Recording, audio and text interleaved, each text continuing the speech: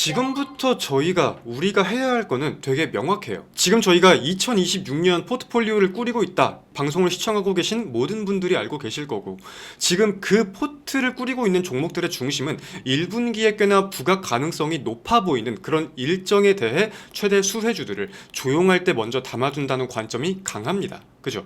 근데 그러한 관점으로 현재 포트를 볼 때 저는 이제 일정과 관련된 종목들은 얼추 마무리가 되었다고 생각을 해요. 그럼 지금부터는 어떻게 또 관심을 둘 거냐? 지금부터는 실적 성장주입니다.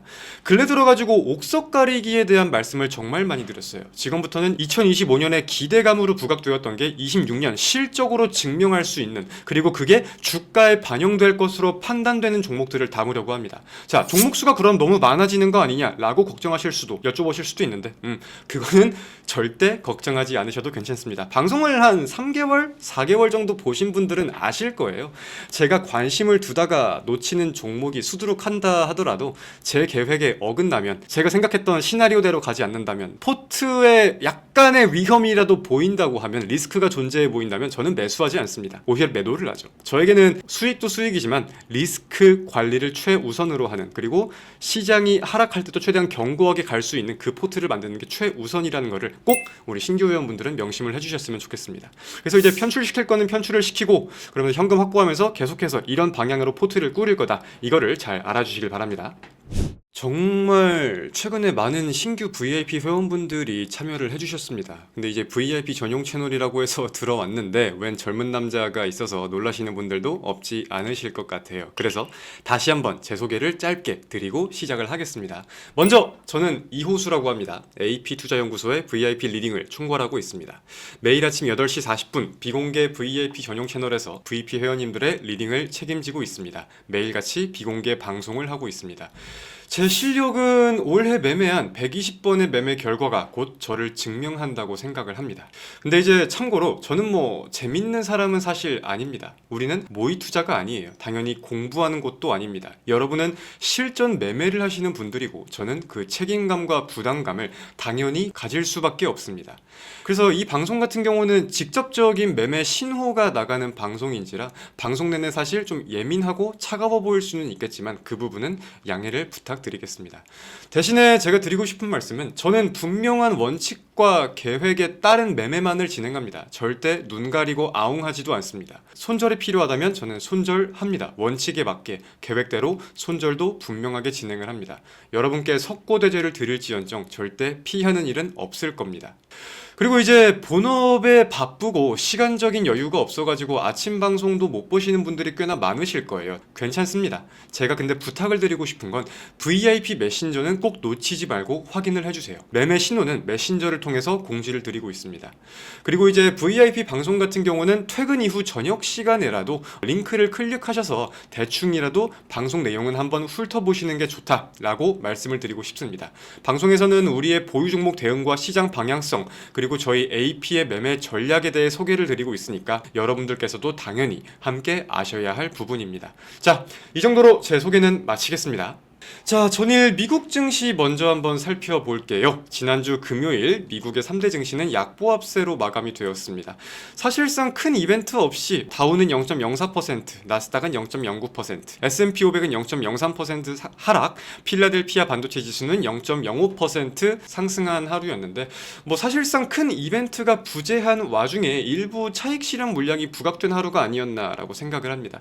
그래서 이제 제가 그나마 느낀 내용들을 조금 정리를 해서 말씀을 드린다면, 첫 번째로는 방금 말씀드린 대로 시장을 움직일 만한 이벤트는 부재했다. 두 번째, 내년도 FOMC 및 금리 전망에 시선이 쏠리고 있지만 이거는 곧바로 지금 부각이 되기보단 한국 시간 기준 이번 주 수요일 날 새벽에 FOMC 의사록이 발표가 되거든요. 그리고 연준 위원들의 발언도 이제 내년부터 또 예정이 되어 있다 보니까 그때 흐름에 시간에 맞춰가지고 다시 부각이 되지 않을까라고 저는 생각을 하기도 합니다. 세 번째, 시장은 지금 1월 달 금리 인하 가능성을 20%도 안 되게 매우 낮게 전망을 하고 있습니다. 그래서 이게 뒤집힐 것이야, 이에 대한 기대를 가지고 저희가 지금 공격적으로 매매를 하기보다는 계속해서 1회가 아닌 2회 이상의 인하로 가능성이 야기될 수 있는 그런 기대감이 부각되는 게 중요하다. 제가 지금 시선을 두고 있는 건 1월달 인하가 아니라 2026년 전망에 대한 내용이다. 이 포인트를 분명하게 알고 있었으면 좋겠습니다. 근데 그 와중에 좀 움직인 것도 두 가지가 있기는 있었어요. 첫 번째로는 국제유가가 국제유가가 급락을 했었습니다. 이제 젤렌스키가 트럼프를 만나서 종전안을 논의할 것으로 다시 한번 밝히면서 국제유가가 2.5%가 좀 넘는 하락이 나왔었는데, 사실상 반복되는 이슈였던 만큼 저는 개인적으로 크게 무게를 두고 있지는 않습니다. 그리고 미증시는 좀 조용했다고 하지만 그나마 좀 왔다 갔다 변동성이 있던 섹터라면은 원자재랑 방산 관련주들이 있기는 있었어요. 이거는 이제 중국이 27년에 대만을 침공할 수 있다는 내용이 나오면서 동시에 미국 국방부에서도 관련된 발언을 하면서 이런 움직임이 나오는 게 아닌가 생각이 드는데, 최근에 일본의 다카이치 총리도 대만 유사시에는 우리가 조금 도움을 제기할 수 있다 이런 발언들을 했다 보니까 엮어가지고도 우리가 한번 이슈가 커질 것인지 생각해 볼 필요가 있을 것 같습니다. 그래서 미국 증시에서 특징적인 내용이라면 이 정도로 정리해 볼 수 있겠고요. 그래서 이번 주 국내 증시의 체크포인트는 제 입장에선 명확합니다. 대주주 양도세 회피를 위해서 매도 물량이 지난주에 많이 나왔고, 이제 배당락일도 이제 지나가고 있는 시점이잖아요. 그러한 와중에 국내 증시의 수급이 정상화될 것인가? 지난주에 관련된 차익 물량은 분명하게 출회가 되었습니다. 그리고 배당락 같은 경우는 연말 배당도 많지만 배당 선진화 정책으로 인해서 1분기에도 이제 많이 몰려 있는 거거든요. 그래서 관련돼 가지고 우리가 수급에 대한 내용들을 보면서 이번 주에 체크할 부분들을 체크할 필요가 있겠다. 그래서 배당락 영향 관련해서는 과한 하락으로 우리가 좀 판단이 된다, 이런 종목들에 대해서는 매수 기회로 접근해 볼 생각이 있기도 있습니다. 그리고 마지막 체크 포인트라면 원달러 환율에 대해서 금융당국의 공격적인 발언, 그리고 국민연금 관련된 내용이 나오면서 지속 급락세가 연출되고 있는데, 이런 급한 하락 후에는 다시 통 위로 튀길 수 있음을 분명하게 인지해 둘 필요도 있다라고 정리할 수 있겠습니다. 이번 주에는 아마 코스닥 위주의 수급이 좀 정상화되는지 여부가 중요할 것 같아요. 지난주에 양도소득세에 대한 회피를 가지고 개인 투자자의 매도 물량이 꽤나 많이 나온 게 아닐까라고 저는 생각을 하는데, 특히나 바이오 위주의 매도 물량이 많이 나온 게 아닌가 생각을 하는데, 그게 지난주 금요일 오후에 조금 수급이 다시 복구되는 현상들을 보였거든요. 관련돼서 이번 주에도 그 흐름이 좀 유지가 될 수 있을지 지켜볼 필요가 있겠습니다. 코스피는 반도체 효과로 좀 강한 모습을 보일 것이고, 코스닥이 따라가려고 하면은 사실 반도체 소부장들이 있기에 있겠지만 그게 지수를 견인할 수 있는 크기는 아니거든요, 코스닥 내에서. 그럼 대표적으로 봐야 할 게 배터리 아니면 제약 바이오일 텐데, 배터리 같은 경우는 LG 에너지 솔루션에 최근에 안 좋은 소식이 하나 나와서 좀 수급이 애매하다고 하면 결국은 또 수급이 쏠릴 곳이 제약 바이오다, 우리가 원래 진입한 관점 중에 하나기도 하고, 저희도 그래서 을 지금 보유하고 있는데 한번 오늘 그리고 이번 주 상단 돌파를 해줄 수 있을 것인지 차분하게 지켜보겠습니다. 그리고 신규 회원분들 같은 경우는 절대 조급해하지 마세요. 조급해하지 않으셔도 괜찮습니다. 뒤늦게 들어와서 놓쳤다고 절대 조바심을 낼 필요가 없다는 뜻입니다. 올해 저희는 120번이 넘는 매매를 했습니다. 올해 현재까지 한 250거래일 정도 되는 것 같은데 120번으로 치면은 거진 이틀에 한 번 꼴이라고 정리할 수 있을 거예요. 근데 체감상 우리가 느끼는 건 어때요? 절대 그렇게 자주 매매하지는 않았죠. 그래서 이게 그 시기와 타이밍이라는 게 분명하게 존재를 합니다. 저희는 때다 싶으면은 하루에 3종목도 분명하게 진입을 하고 현금을 소진합니다. 근데 때가 아니라면 그 때를 기다립니다. 절대 조급해하지 마세요. 우린 15개월의 여정을 같이 가야 합니다. 절대 조급해하지 마세요. 자, 12월 29일 국내 증시 개장했습니다. 지금부터 우리가 해야 할 거는 되게 명확해요. 지금 저희가 2026년 포트폴리오를 꾸리고 있다, 방송을 시청하고 계신 모든 분들이 알고 계실 거고, 지금 그 포트를 꾸리고 있는 종목들의 중심은 1분기에 꽤나 부각 가능성이 높아 보이는 그런 일정에 대해 최대 수혜주들을 조용할 때 먼저 담아둔다는 관점이 강합니다. 그죠?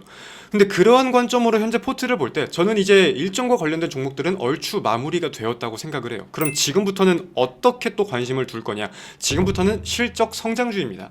근래 들어가지고 옥석 가리기에 대한 말씀을 정말 많이 드렸어요. 지금부터는 2025년에 기대감으로 부각되었던 게 26년 실적으로 증명할 수 있는, 그리고 그게 주가에 반영될 것으로 판단되는 종목들을 담으려고 합니다. 자, 종목 수가 그럼 너무 많아지는 거 아니냐라고 걱정하실 수도, 여쭤보실 수도 있는데 그거는 절대 걱정하지 않으셔도 괜찮습니다. 방송을 한 3개월, 4개월 정도 보신 분들은 아실 거예요. 제가 관심을 두다가 놓치는 종목이 수두룩한다 하더라도 제 계획에 어긋나면, 제가 생각했던 시나리오대로 가지 않는다면, 포트에 약간의 위험이라도 보인다고 하면, 리스크가 존재해 보인다면 저는 매수하지 않습니다. 오히려 매도를 하죠. 저에게는 수익도 수익이지만 리스크 관리를 최우선으로 하는, 그리고 시장이 하락할 때도 최대한 견고하게 갈 수 있는 그 포트를 만드는 게 최우선이라는 거를 꼭 우리 신규 회원분들은 명심을 해주셨으면 좋겠습니다. 그래서 이제 편출시킬 거는 편출을 시키고, 그러면 현금 확보하면서 계속해서 이런 방향으로 포트를 꾸릴 거다, 이거를 잘 알아주시길 바랍니다. 그래서 2026년 증시에 대한 체크포인트도 꽤나 명확한 것 같아요. 결국은 산업의 성장, 그리고 우리가 기대했던 부분들에 이어가지고 발맞춰가는 기업이 잘 갈 것이다. 너무나 당연하고 모두가 알고 있는 사실입니다. 근데 그 모두가 알고 있는 이 당연한 거를 찾는 사람과 찾지 못하는 사람의 수익률 편차는 꽤나 클 거라고 전망을 해요. 근데 그런 와중에 우리가 대한민국 증시에 더 주목해야 되는, 집중해야 되는 이유라고 하면, 대한민국의 이익 성장률을 봤을 때에는 내년도에 타국을 굉장히 압도할 것으로 전망이 되고 있습니다. 반도체가 당연히 가장 대표적일 거고요. 대한민국 증시는 근데 웃긴 게 반도체가 사실 절반이라고 해도 과언이 아닐 거거든요. 그래서 그 안에서의 옥석 가리기가 꽤나 중요할 거다라고 전망을 하고 있습니다. 저희 같은 경우도 지금 다음 매집 종목은 반도체다라고 제가 말씀을 드리고 있잖아요. 특히 주식을 시작한 지 얼마 안 되신 분들이 가장 헷갈려 하시는 것 중에 하나가, 코스피 코스닥 숫자만 보면 올라가는 것 같은데 내가 보유하는 건 오르지 않네요? 혹은 내 관심 종목은 다 떨어지네? 왜 이러지? 내가 주식을 정말 잘 볼 줄 모르나? 초보라 그런가? 이런 생각하는 분들도 많으신데, 증시가 구성되고 있는 요소랑 체감 증시에 대한 거를 알기는 알아야 돼요. 코스피에서 시가총액이 뭐가 가장 큽니까? 삼성전자가 가장 크죠. 그 다음은 SK하이닉스고. 그럼 이 두 개만 올라가도 코스피는 여기에 추정돼가지고 따라 올라갈 수밖에 없겠죠. 중소형 기업 한 5천억짜리들 수십 개, 수백 개를 갖다가 들이부어봐도 이것보다 파이가 적은데, 근데 그렇게 대형주 위주로 수급이 몰리게 되면은 다른 테마의 수급이 뺏기면서 일로 가는 경우도 있고, 내가 봤던 중소형주들은 빠지면서 이것들만 올라가는 경우도 많단 말이에요. 그러면서 증시는 올라가는데 내가 생각하는 종목들은 떨어지는, 그런 체감 증시는 하락하는 그런 장세가 좀 연출이 많이 되기도 한다. 올해 특히 좀 그런 모습이 많았어요. 6월달 이후에 증시가 대세 상승을 보일 때 대형주 위주로 지수를 좀 견인하는 경향이 꽤나 크다 보니까 올해 유독 좀 그런 게 많았습니다. 오늘도 그런 케이스죠. 코스피가 지금 1.21% 상승하는데 상승 종목이 221개, 하락 종목이 669개, 이런 것처럼. 그래가지고 그런 흐름을 볼 때에는 키움증권 영업민 기준 0187인데 시가총액 상위를 보면서 대형주들의 흐름이 어떤지랑 지수를 같이 보는 게 또 좋은 방안이 될 수도 있을 거예요. 간혹 가다가 뭐 하루에 3종목, 4종목씩 그냥 우리도 단타 매매하면서 좀 재밌게 주식하면 안 되냐, 이렇게 말씀하시거나 좀 원하시는 분들도 가끔 계시는 것 같아요. 근데 제가 먼저 답변을 다시 드리자면, 저희는 그렇게 매매할 수는 없습니다. 아까 말씀드렸던 리스크 관리가 최우선인 포지션이고, 저는 그에 맞게 우리가 편안한 마음으로 차분하게 비중을 실으면서 계좌를 불려갈 수 있는 매매를 최우선으로 해야 합니다. 그리고 실시간으로 저희 매매를 함께 해주시는 저희 회원분들이 수천 명이 계십니다. 그분들과 함께 단타를 한다는 거는 객관적으로 말이 안 되는 것도 좀 있고, 어느 정도는 계속해서 리스크를 짊어지고 재미를 위해서, 쾌락을 위한 매매를 하기보다는 진짜 큰 돈이 움직이는 실전 매매인 만큼 계속해서 긴장하면서 편안한 투자만을 위해 최선을 다하겠습니다. 매매를 100번 한다고 해서 절대 돈이 많이 벌리는 게 아니에요. 10번을 해도 내가 비중을 싣고 확실하게 매매를 하는 게 돈이 벌리는 거지, 내 타율이 60%다 70%다 즉 50%가 넘어간다고 해서 매매를 많이 하는 게 절대 돈을 버는 지름길은 아닙니다. 많이 할수록 변수와 불확실성은 늘어나는 거고, 그 안에서 하나만 잘못되어도 내 판단이 그 이후에 어떻게 될지, 감정적인 접근을 하게 될지, 원칙에 어긋나는 매매를 어떻게 하게 될지, 그에 대한 변수는 무궁무진하기 때문에 저희는 항상 계획된 매매만을 한다. 오늘 이 말씀을 좀 제가 많이 드리네요. 자, 저는 이만 여기서 물러나 보겠습니다. 고생들 많으셨고요. 내일 만나요. 안녕.